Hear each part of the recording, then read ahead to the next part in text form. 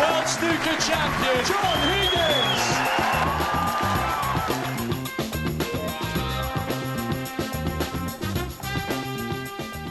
Hello, welcome to tonight's edition of Snooker Live. We're almost there, just one more session of snooker before tomorrow's Dapperbet World Snooker Championship final gets underway, and we still don't know who's going to be joining Ronnie O'Sullivan in that showdown. We had an exhibition match this afternoon by none other than Messrs Hendry and Doherty, because Ronnie finished off a session early against Barry Hawkins. I'm joined by Jamie Broughton from 5 Live and the World Service, broadcasting across the world because snooker is now such a global game.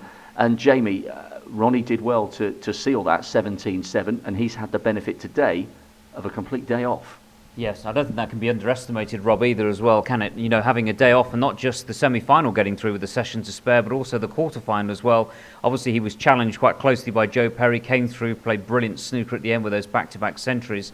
But having a day off, you know, and being fresh against playing somebody, you know, we don't know who it is yet, as you say, but somebody who could have actually been pushed all the way and, you know, could be very tired by the time they come through their semi-final.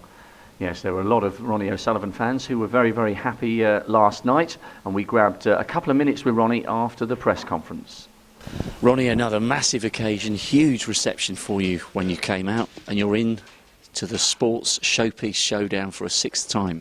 Yeah, no, it's a dream really, you know, to be here 3 times on the spin in the final. I haven't won it the last 2 years, you know. But I just enjoy competing. I've enjoyed playing this week, you know, and or the last 2 weeks, and you know, Barry's had another good tournament. You know, he's had a good season, tough competitor. So you know, for me it was a good win, and just pleased to be still in the final.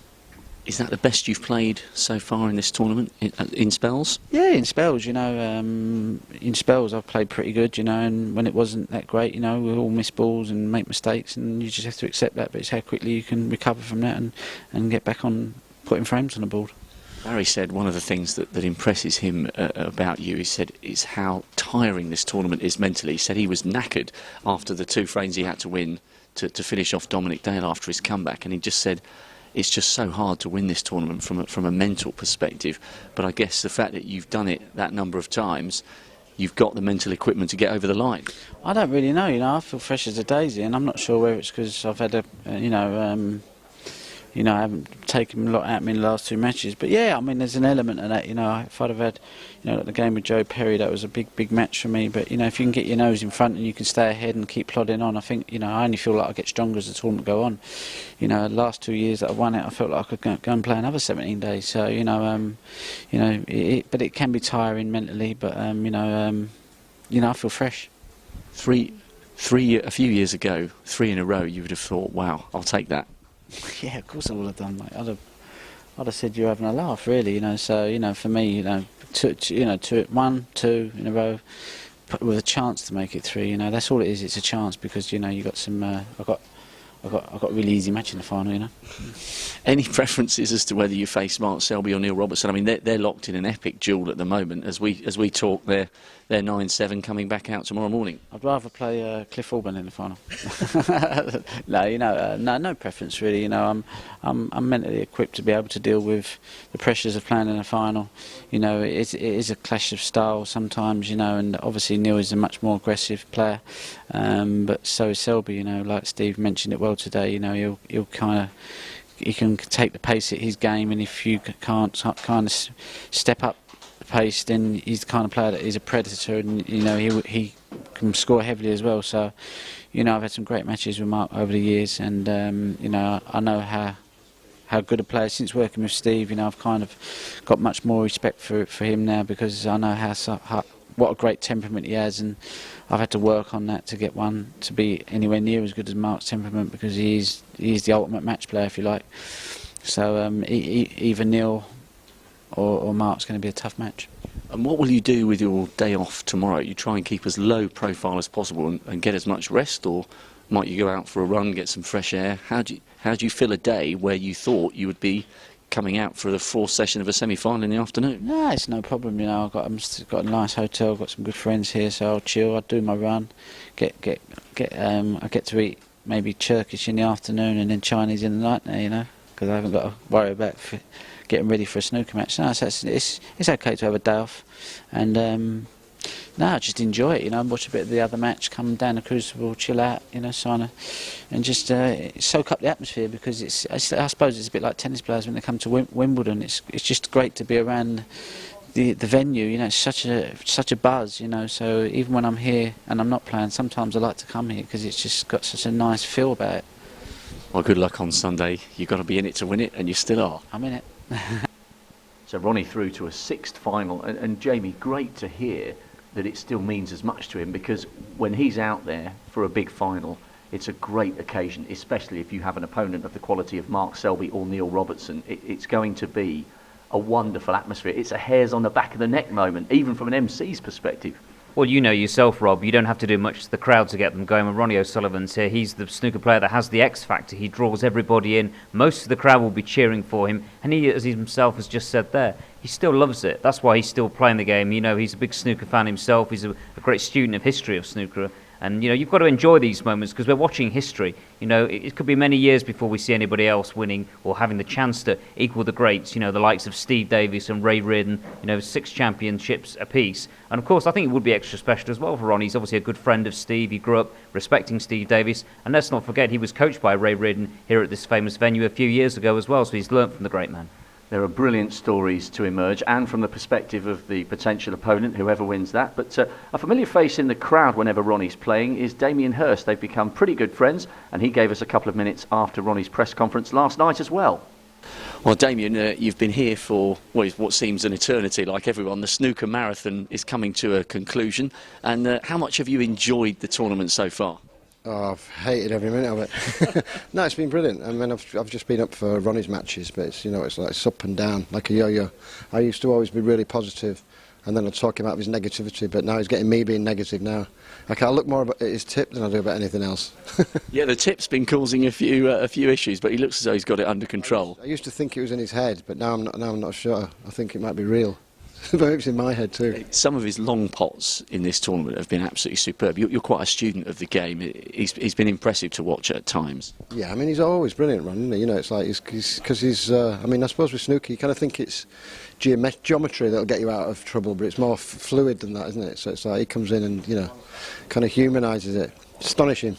It's such a mental game to watch, isn't it? I mean, Barry Hawkins said in his press conference he was shattered after the comeback he was forced to produce in the last 2 frames against Dominic Dale. It's sometimes hard to describe to people just how big a part of the game that the mental side of things are. And when they're out there, it's such a cauldron atmosphere. I think it's the most mental sport. I mean, I've got a snooker room and I've got a table and I've been getting a few lessons and I can pot a few balls, and I get 3 people in my snooker room watching me and I miss them. It's like, I can't imagine what it's like on live TV in the Crucible with that audience. It's unbelievable. Will you be nervous for Ronnie come the final, or will you just be looking forward to it? Probably more nervous than Ronnie. I mean, I don't know. I mean, he just is nerve-wracking, isn't it? Because you can't, especially with Ronnie, because you just don't know when he's going to perform and when he's not, because there's no kind of rhyme or reason to it. And he's quite relaxed about records and so on, but it would be quite special if he were to tie Steve Davis on 6 titles, because Steve is someone he's got a huge amount of respect for. That would be quite an achievement. Yeah, I suppose the more you get, the harder it is to get another, isn't it? So, but I guess, yeah, I mean, there's always the next year and the next year, isn't there? I mean, it's like, you've got enough pressure trying to win a frame, it's like to win the whole thing again and again and again. But he's done it a few years, he might do it again. Thanks for your time. Respect. Cheers. Well, it's always nice to get a view from within the camp. I know the TV cameras quite often show, wives, for instance. Vicky will be watching tonight for Mark, and Neil Robertson's dad Ian has flown in. It must be so hard to watch, because at least if you're the player out there, you're partly in control of what you're doing. But if you're up there in the wings, all you can do is keep your fingers crossed and watch and hope. Well, absolutely. But I suppose as well it's an advantage for Mark if he does get to the final, because obviously Vicky was a very, very talented pool player herself. She has that understanding of what pressures he's sort of going through out there. She obviously could play the game really well. And when you look at some of the other celebrities that have been here, they understand what it's about, performing in front of a crowd. When you look at like Louis, who was here, wasn't he, from One Direction, and we've got the drummer coming from Iron Maiden. They've got a sense of what the occasion is about as well. Yeah, it's going to be absolutely incredible, whoever gets through to the final. One thing we ought to remember, of course, is that the final isn't just involving the 2 players. There's a third person who plays quite a big role in the action, and this year it's a Yorkshireman refereeing the final for the very first time. And I tell you what, he has not stopped talking about it since he was announced as the final referee a few months ago. This is a World Championship finalist's drive to work. So this is the drive of a local lad to the World Championship final. 3 people are involved, of course, because it's not only the 2 players, there's also the small matter of a very important referee. And this guy, it will be a familiar face to those of you who watch plenty of snooker over the years. Brendan Moore, local born and bred. That was his house. He's lived there for 19 years. And Bren, what an occasion it's going to be for you. Your first World Championship final. Hey, you haven't stopped smiling the whole fortnight in Sheffield. No, it's been brilliant ever since I found out that I was given the final. Like you say, I've been smiling non-stop. Every time I walk out through the curtains, I keep smiling. Even Dennis Taylor said to me the other day during a game, at the interval, he says, "You're going to have to stop smiling, you're enjoying yourself too much." So, no, it's just a great feeling, I can't wait. Just explain for people what the process is and how and when World Snooker make that decision, because obviously there's a lot of classy referees, of whom you're one. So what was the process for them deciding that this year it would be you, and how long ago did they tell you? I found out about 3 or 4 weeks ago when we were in Preston for the PTC finals. That's when Mike Ganley told me. And basically he decides who does the final. As and when other referees have heard the news, I don't know. But like I said, I found out a month ago. And do you think it's a case of, I mean, obviously he's got to try and be fair to all the referees and give everybody a chance, but for instance, could there have been something that you've done even better this year than you have in previous years, or is it simply a case of just waiting your turn? Yeah, just wait your turn. Last year it was one I thought I might get the final this year, didn't happen. Then this season goes through, you're thinking hopefully this year. So it's just a matter of, like you say, waiting your turn, and luckily for me this year is my turn. And will you be the first Sheffield referee to oversee a Crucible final? Yes, there's a Sheffield referee called Barry White who refereed at Sheffield at the Crucible a few years ago, but not the final. So I'll be the first one to do the final there, yeah. I mean, that is so special because, you know, Sheffield is a city synonymous not just with steel, but now, of course, and for the last 30 odd years with snooker. And to be the first, that is quite a moment.